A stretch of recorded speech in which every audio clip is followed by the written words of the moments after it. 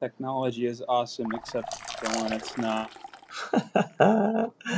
Well, today I have good news. We can move forward anyway. Today will be lesson 253. Myself is the ruler of the universe. Wow. Better not argue for your littleness around here. So within special theme number 4, which is what is sin, I'm going to read from A Course in Miracles. If you want to follow along with me on your own Course in Miracles book, you can. But I'm going to read out of Tom's book, which is entitled Understanding A Course in Miracles Workbook Lessons, How to End Blame, Shame, Guilt, and Fear with Love and Forgiveness, because I think it's a little easier to understand. You guys can kick back and relax. Here we go. This theme, What is Sin, covers ACIM Workbook Lessons 251 through 260. What is sin? Sin is insanity. Sin is the means by which the mind is driven mad and seeks to let illusions take the place of truth. And being mad, the insane split mind sees illusions where the truth should be. Sounds like somebody's got their mic open.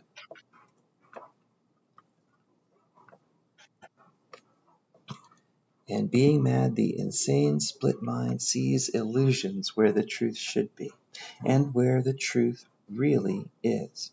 Sin gave the body eyes, for what is there the sinless would behold?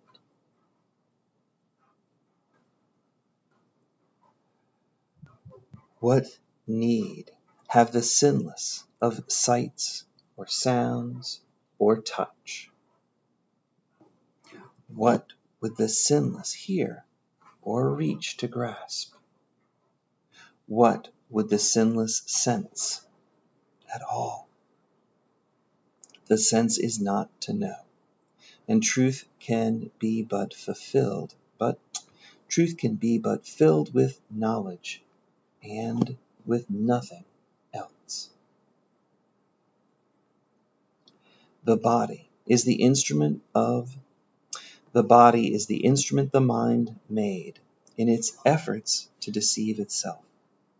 The body's purpose is to strive, yet can the goal of striving change? And now the body serves a different aim for striving. What the body seeks for now is chosen by the aim the mind has taken as replacement for the goal of egoic self-deception. Truth can be the body's aim as well as lies. The senses, then, will seek instead for witnesses to what is true. Sin is the home of all illusions, which but stand for things imagined. These illusions are issuing from thoughts that are untrue. The illusions of sin are the imaginary proof that what has no reality is real. Sin falsely proves God's Son is evil. Timelessness must have an end. Eternal life must die. And the illusions of sin are the false proof that God himself has lost the Son God loves. With but corruption to complete himself, God's will forever overcome by death, love slain by hate, and peace to be no more. A madman's dreams are frightening, and sin appears intended to terrify. And yet, what sin perceives is but a childish game. The Son of God may play that he has become a body, prey to evil and to guilt, but with a little life that ends in death. But all the while his Father shines on the child at play, and God loves his child with an everlasting love, which the playing child pretenses cannot change at all. How long, O Son of God, will you maintain the game of sin? Shall we not put away these sharp-edged children's toys? How soon will you be ready to come home? Perhaps today. There is no sin. Creation is unchanged. Would you still hold return to heaven's back? How long, O Holy Son of God? How long? And now I'm going to read lesson 253. Myself is ruler of the universe. My big S self, my higher self, is ruler of the universe. It is impossible that anything should come to me unbidden by myself. Even in this world, it is I who rule my destiny. What happens is what I desire. What does not occur is what I do not want to happen.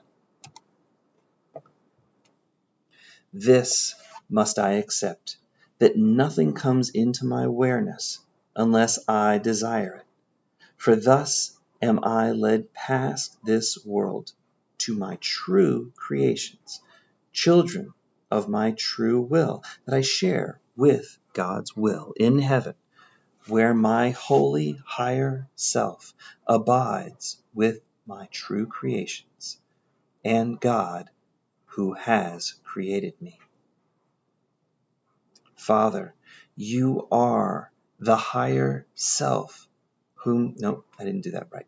This is a part in prayer. This second paragraph is in prayer.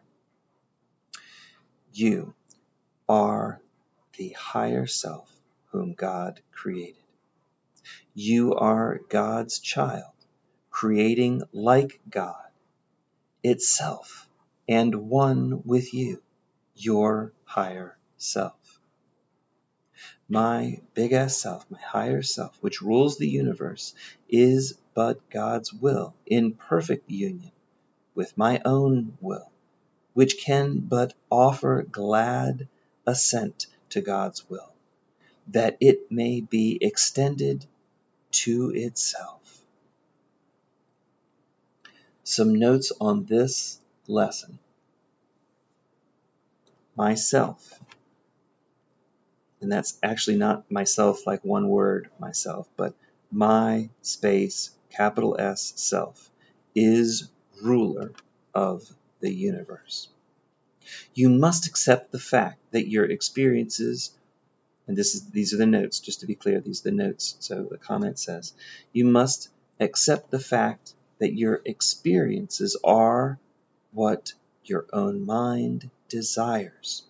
Your own mind rules what you call into your awareness. Your experiences are only what you desire and want. There are no victims. You must decide whether love or fear will rule your world of provisional reality. Your ego rules a world of fear, sin, conflict, and pain, designed to support its illusion of separation. Your ego's goal is to make the illusion of lack, limitation, and separation appear real. Your ego secretly strives to create experiences that witness for your own self-deception. The ego's goal is to make you believe that you are the body, a little s self, which is not the source of your world. As decision maker, you rule your mind and can decide which thought system you will choose to follow. You can choose the thought system of the Holy Spirit and your higher self that represents love and forgiveness. When you do, your fearful world will become a world of mercy and love.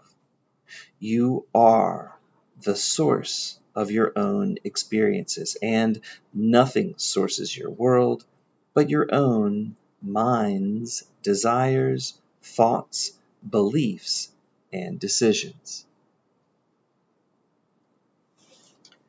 That is the end of the notes. Tom? This lesson 253 is part of the uh, theme, or one of the subsets of the theme. There's 10 lessons that follow each theme. This theme is sin, which is self-inflicted nonsense, or what the Course says is that sin is insanity.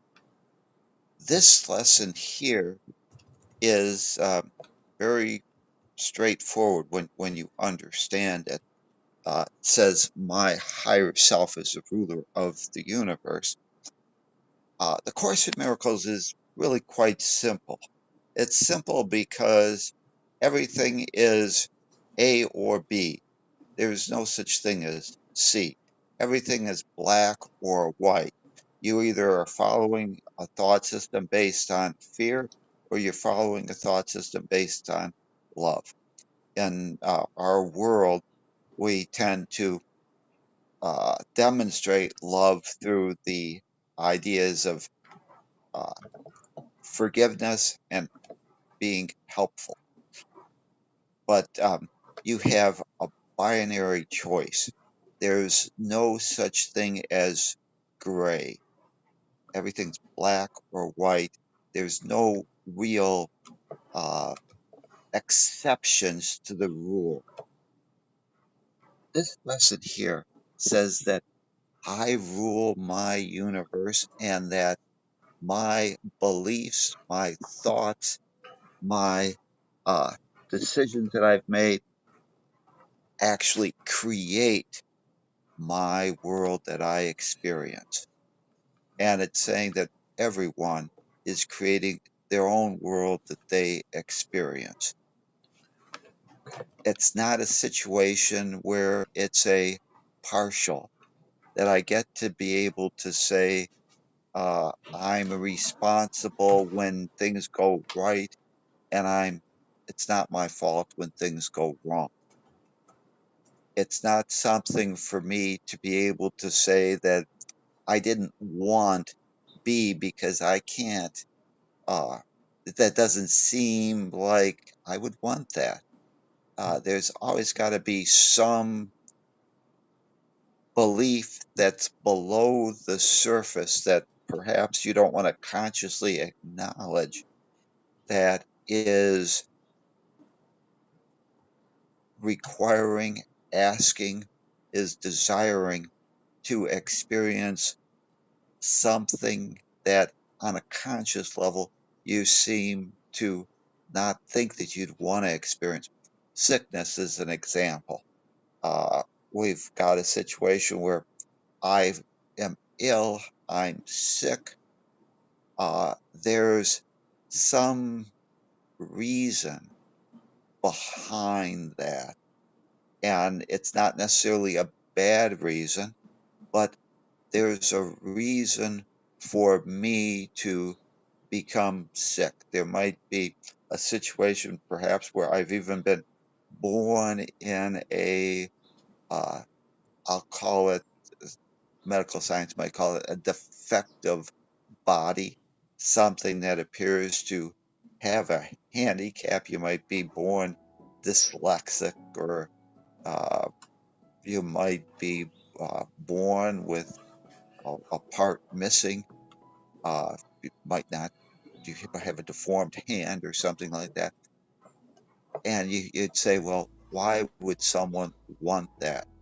We don't have to know the why. All that we have to do is realize that from a big picture level, that everything is designed so that we eventually wake up.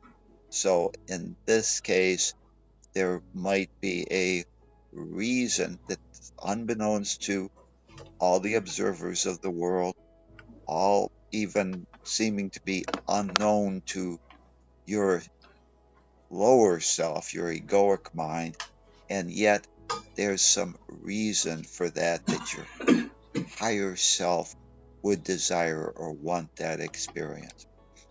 Sometimes we want experiences just to show us or to demonstrate or to feel that we no longer want that experience, that that might not be beneficial.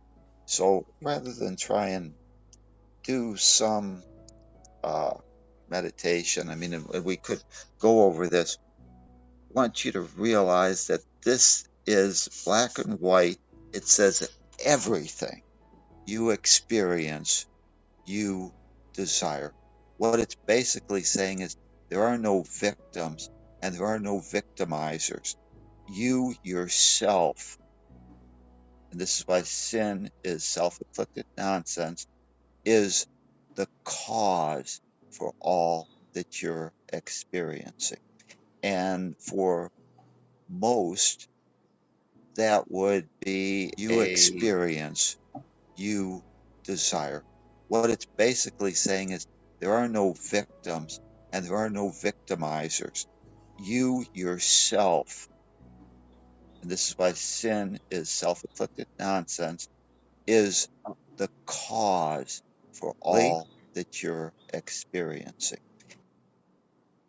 Yeah, I paused, but I heard the thing repeat. I don't know if that's just a time delay It was. or what, but am I good to go on? You're good.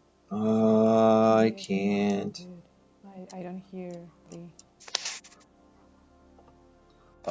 Sorry, I Tom. hear You are you. good. You're good to go. I'm so sorry. I realize what happened here. Okay, so I'm not sure what the last thing people heard, but this It went lesson, all through. It didn't have any batch. I mean, we heard everything, so you can go. I didn't catch that. You are good to go, Tom. Everything Oh, is okay. fine.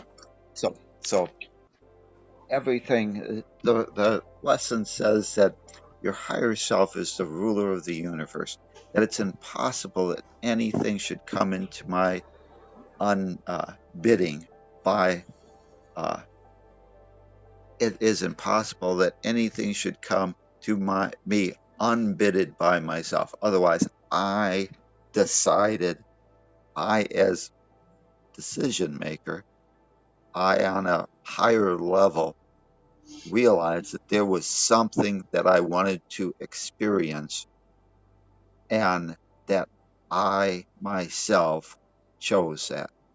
Even in this world, it is I who rule my destiny. There are no victims, there are no victimizers.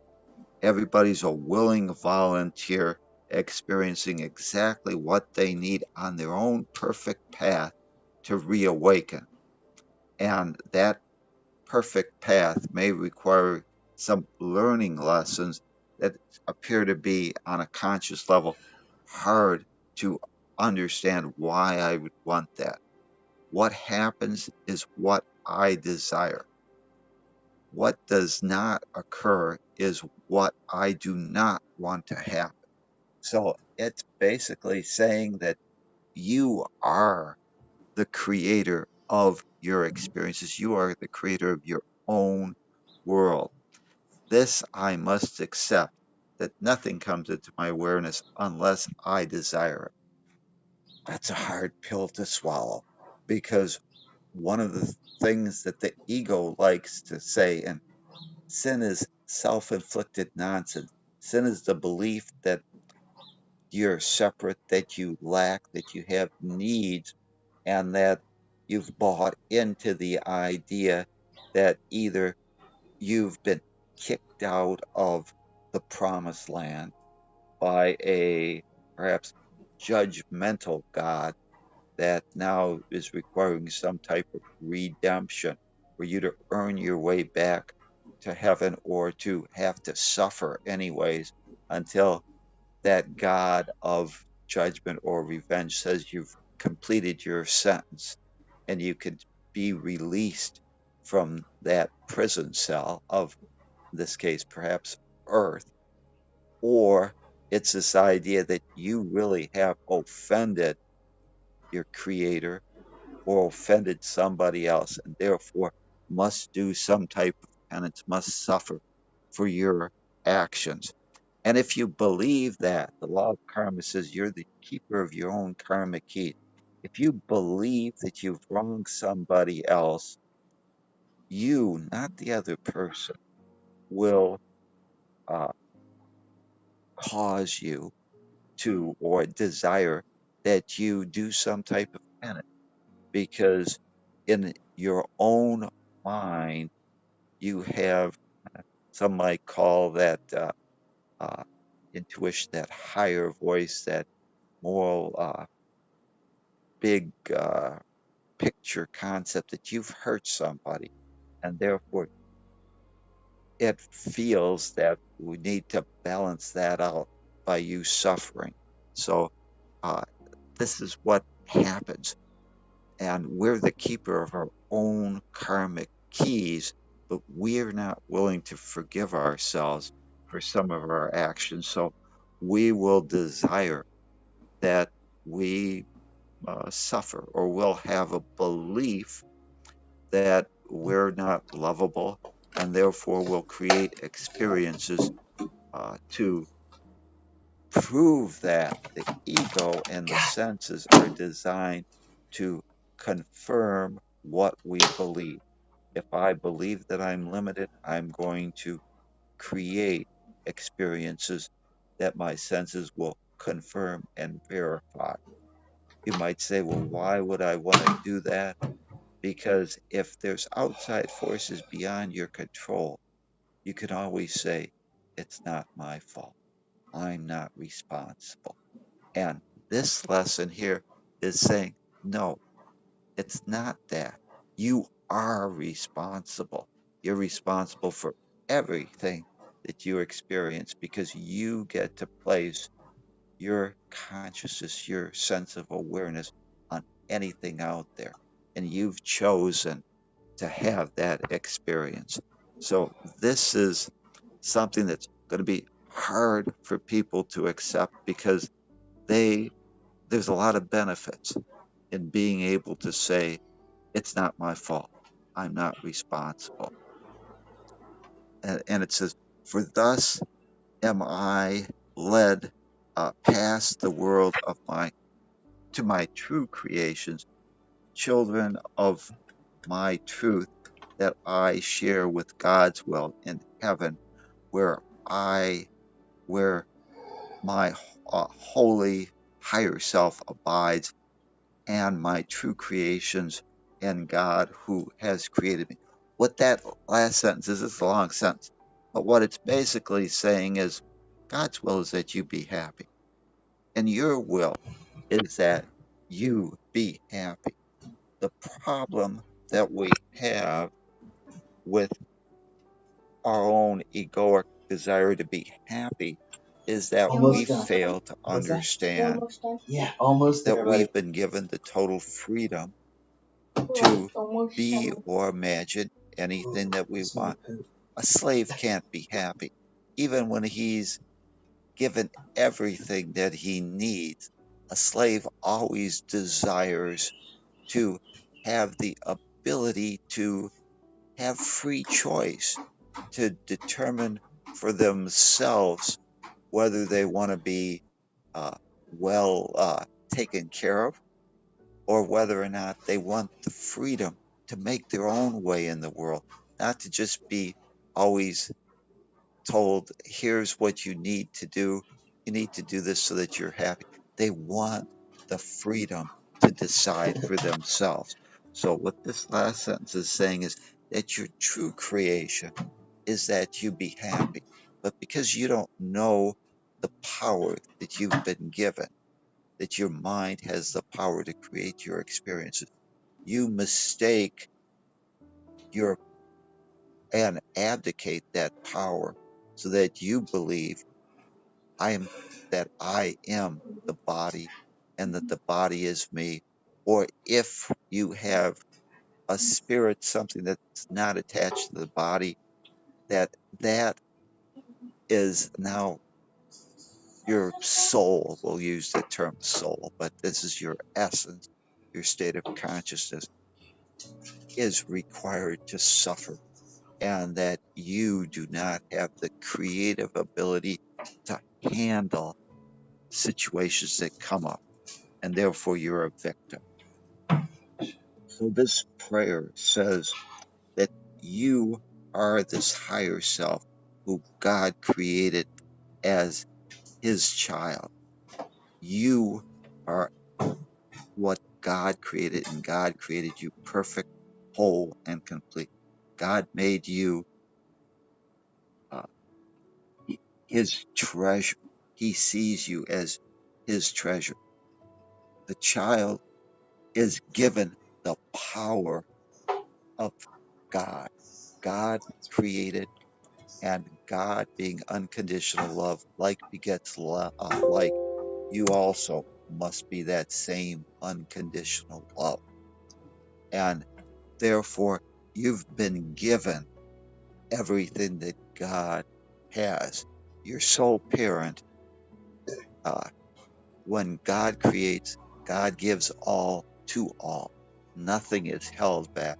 And therefore, you are a spitting image of God. You have all those same creative powers, and that your higher self, which rules the universe, is but a reflection of God's will, and that you've been given that power, and your perfect union with God is the realization that God's will is that you be happy, and you can only be happy, truly happy, when you freely choose to be yourself. Even when a child is pretending that they're a dog, they can be totally happy pretending that. They just need to realize that they are pretending to be a dog. They're not actually a dog.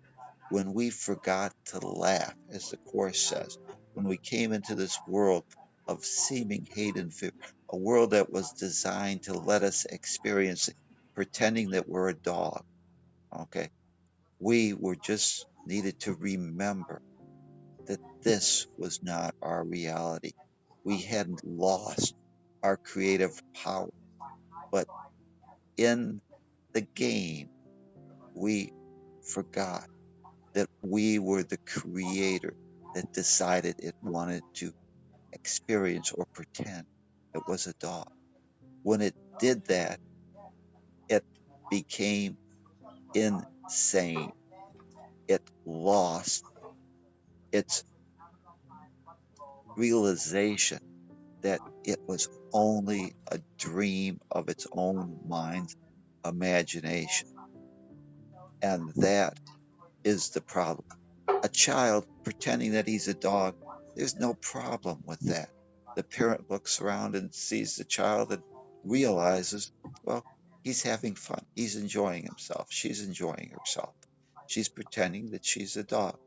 The only problem is when the child forgets that its true reality is a human, and actually believes that the game of pretending it's a dog has become its own provisional reality.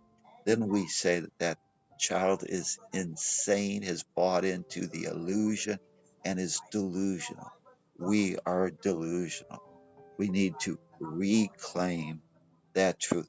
So, what I'd like to do is for us to maybe go on a little, not a thought experiment, but a real situation, and to try and uncover the hidden belief that must be buried down deep below that would result or cause you to experience something that on the surface would seem to be something that you didn't want. And so, what would be asking you to do, and if somebody's willing to take this adventure, be willing to try and do it in uh, this with our limited time, to try and dig deep as to what the real belief is that would cause us to want what we would perhaps consider a negative experience. So when we look at this, and I'll just give you briefly what we have to do on this exercise, and is to find some experience that we feel that didn't turn out right, that perhaps we maybe even felt we were a victim, and to look at that experience.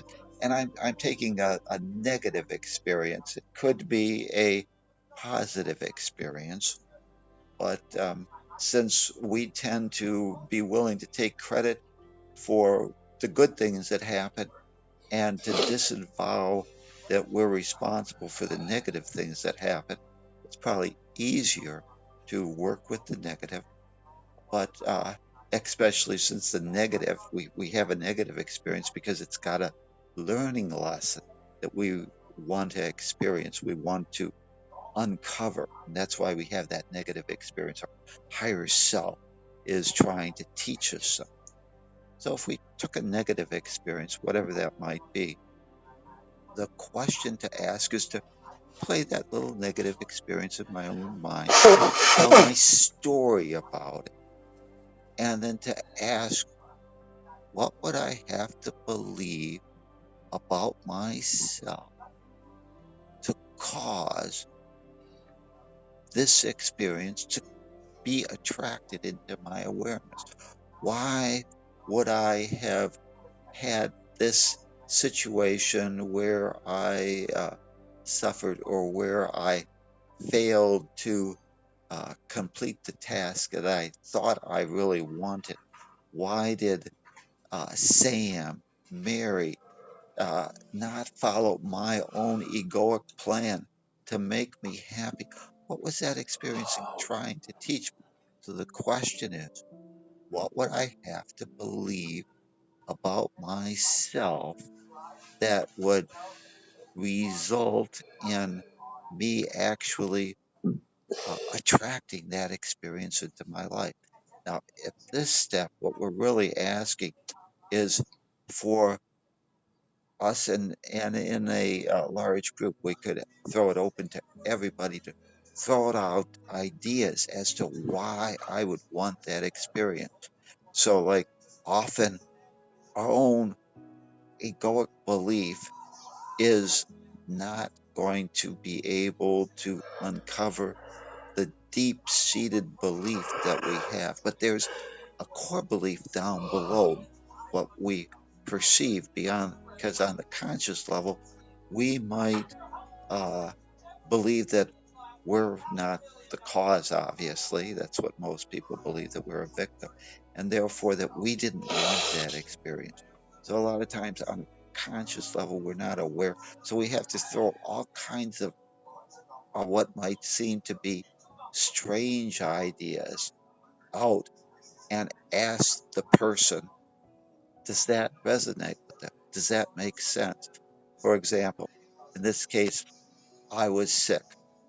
Uh, I would say, well, I didn't want to be sick. Uh, in reality, somebody might say, well, there might be some benefits to being sick. Perhaps there was a test that I didn't feel prepared for. I didn't want to take. Perhaps I wanted to skip work. Perhaps I didn't want to face my job, so therefore I could become sick. So people throw out different ideas.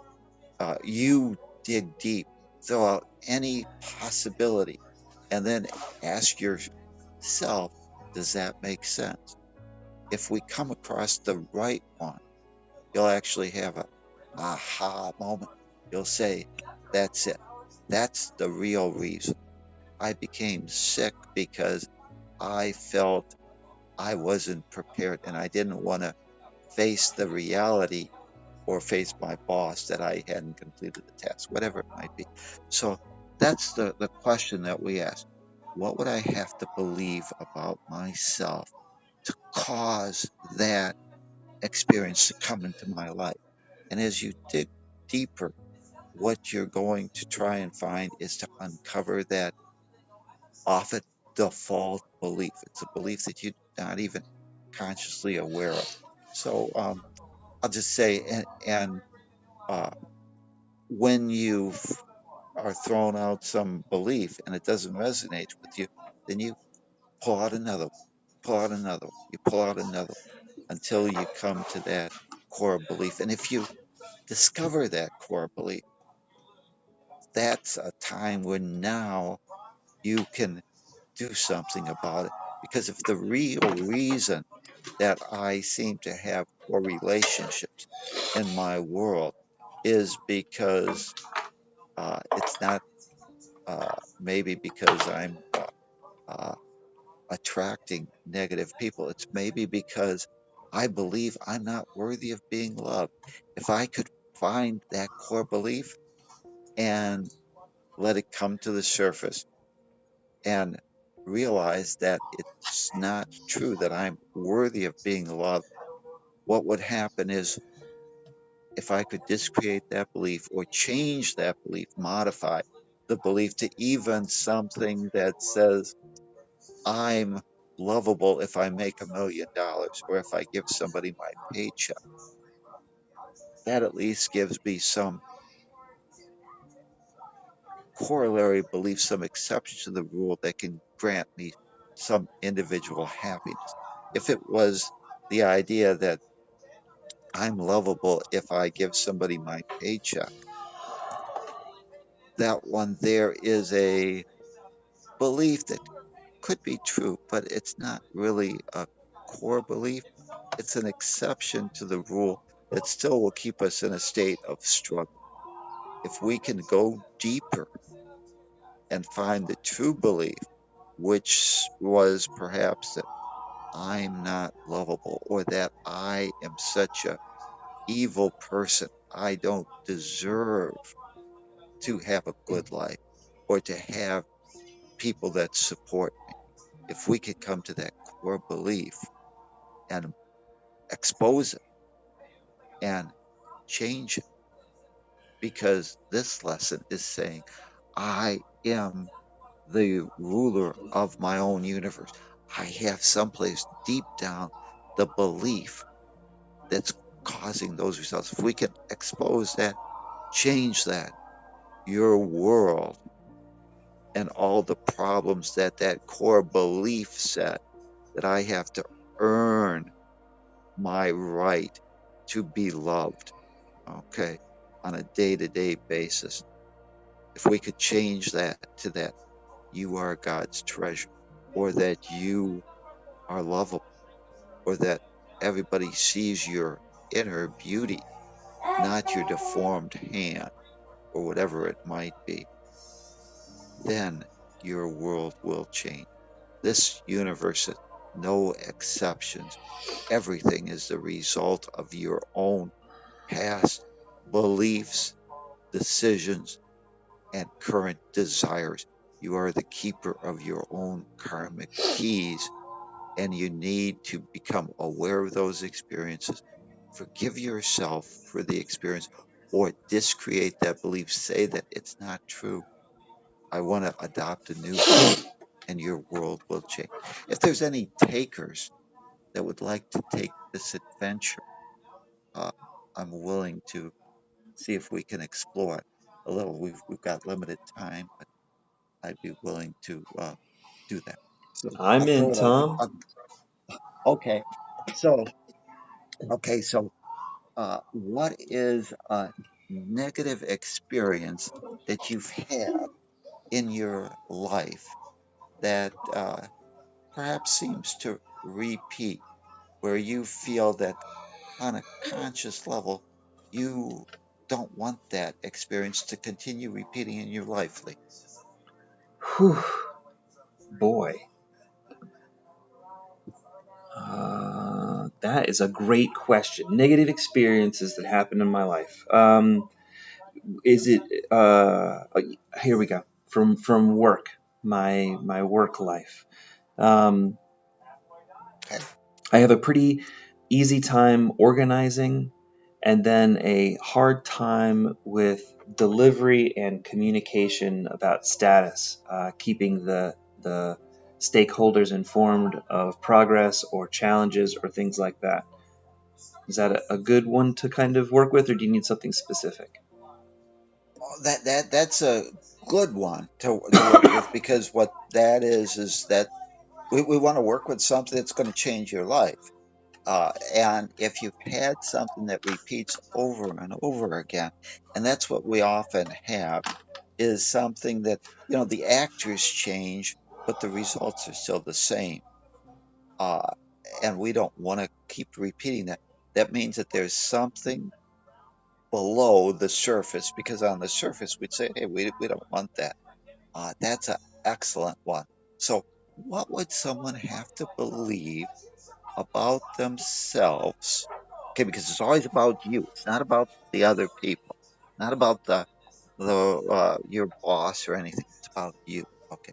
So what would I have to believe about myself that would result in me?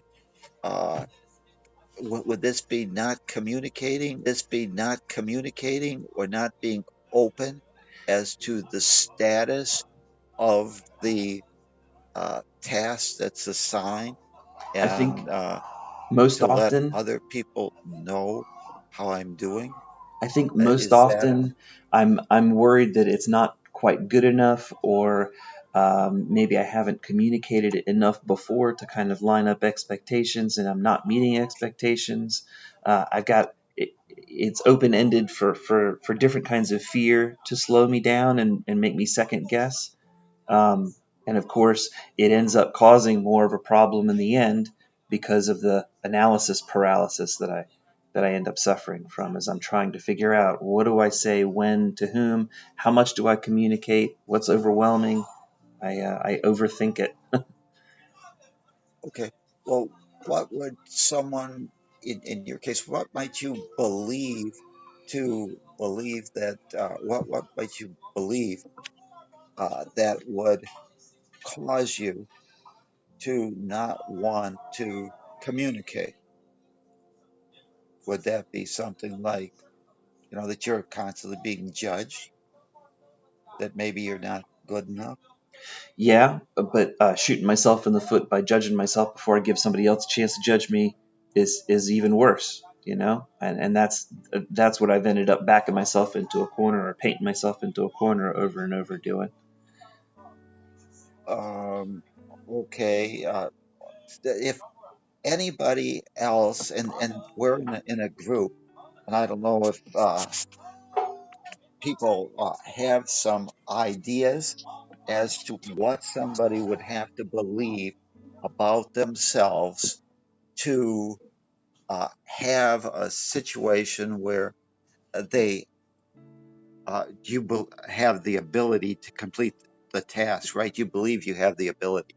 Is that a correct statement? I You're have not the being ability. over assigned Nope, I the jobs that you're given.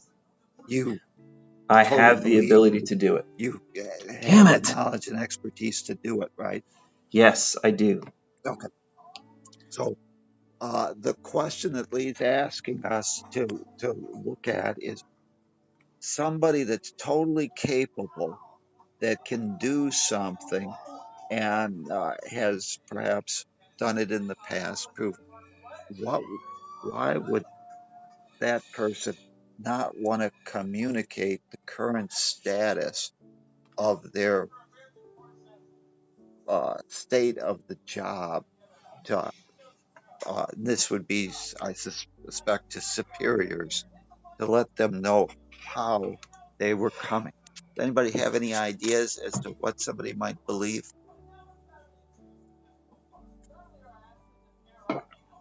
Otherwise, I'll have to throw something out. I just threw a bunch of resources in chat. Oh, Okay. can Ah, someone monitor the chat? yeah, I got this. Sure. Okay. Christopher is locking on to what I had said earlier with possibilities of ways to break down giving feedback. So making some assumption from from oh, you know what? He's got fear of inadequacy written down here, which is certainly a high possibility. And I'm gonna have to I think move that was this. Jordan that said that. Oh, was it? Thank you. I'm getting a quarter of the screen here to work with, unfortunately. Why? He says Thank you. Pomodoro Technique. And that's a timing using a timer to set some boundaries so that you get some stuff done within a certain block of time. Oh, It's a what? really helpful technique. Oh, okay. Now we're not trying to come up with solutions for Lee. Okay. We're not trying to tell him how to handle this problem. What we're interested in is what belief would Lee have about himself? So the belief that I'm inadequate or that I'm being judged is perhaps a core belief that somebody that would have that. And if I believe that I'm inadequate, I wouldn't want other people to know how I'm doing because they're going to judge me and find me as being inadequate. Okay, now in this case, he's got to decide whether or not that's really the secret belief. Uh, so we're not looking for solutions to his problem. What we're Lee, can you looking close your for mic is while the Tom is cause. We sorry don't want to sorry to deal with the interrupt. effect. We want to deal with finding the cause. If we can find the cause, that it's this belief that I'm really inadequate or that I need perfection. And let me just throw this out that I don't want other people to see an incomplete work because I'm a perfectionist. And therefore, I believe that I can do a better job. It's 99% complete, but I don't want people to think that's the best I can do because I know I can do better. And therefore, I'm a perfectionist and don't want people to judge something whenever I could do a better job. How does that resonate? It seems like it could be right on. Seems like it could be right to me. That was a question for Lee. Yeah, I can't unmute my mic. I have a Lee, mic can Oh, problems. you Lee's lost his voice. Yeah, no I got Do I mic it's have to that mute problems. myself? no, it's just that when you are interacting with each other and Lee leaves the mic on, I can't hear Tom very well, so I close his mic, but I don't know if he's realizing that he has I fucking his mic realize it. Yes, I off realize right it. now. It's dying. I can't. Okay, I can't control it because it keeps popping on and off, and I've got a my computer program doesn't work so well. So hopefully you can hear me. I heard you, Tom. I know, Adriana, you're doing the best you can to help, and I'm trying. Uh, I think fear of inadequacy is certainly an option. I certainly have in the past felt like a imposter syndrome, but I know that without a shadow of a doubt, I can do this stuff. I've done it for years and years, and the only thing imposter syndrome does is make me wonder even more. And the ideal situations when I've been successful, I have been able to do daily stand ups and find my way through this by just pushing my will through it to get one or two more things done and to create a list and to get one or two more things done. May I throw in something? Sure. How about feeling the feeling of when you were successful with communicating with them and then creating more of that? Isn't that's what we're trying to do, right, Tom? Is once you get to the core belief, then kind of move away from that, or is that the solution?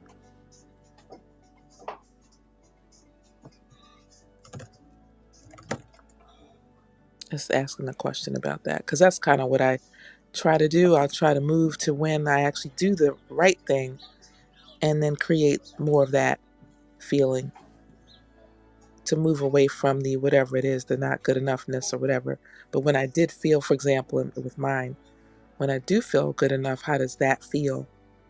And then create that, stay in that feeling I, I tone. guess I guess that when we have a belief, I mean, all the beliefs that we hold on to in our lives has to do with love. I mean, they remain there because they come from love.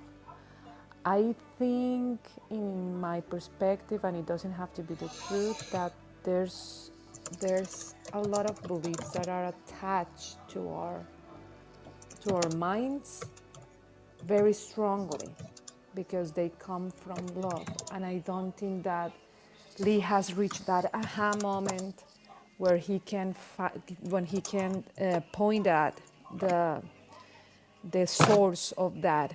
He knows that that is a issue that he have in his thought process that always makes him tripped uh, in his own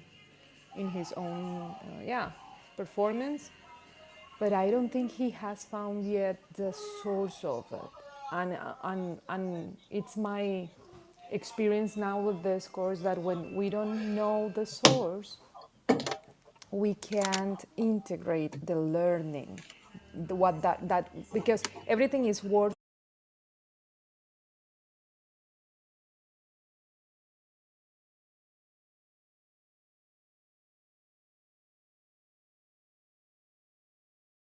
what was the worth of that belief. We Well, don't release it. uh, No. Adriana, you're right, but that's the wrong path. That we're not dealing with that. What you need to do is to love yourself, or love. Now, you could go and say that Lee doesn't love himself, that I would have to believe that I'm not lovable, or that I have to earn uh, my love. That would be a belief. But to say that I'm need to believe that I'm lovable, that's the counter thing. He's got to you'd be do if then this exercise you'd be saying that I'm not lovable, or that I have to earn some type of uh, result to get someone to approve You me. done?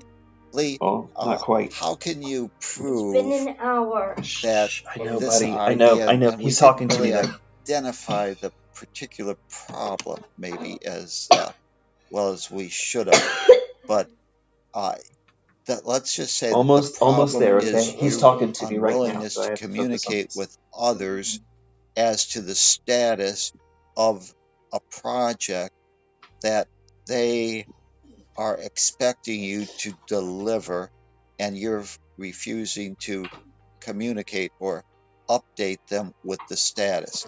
Is that a more correct narrowing in on the problem? Well, let's just say I spent 4 months trying to find a way to communicate the nuances of what I was doing to somebody. And I feel like the contract would have continued if I was successful in helping him see the complexity that I was facing.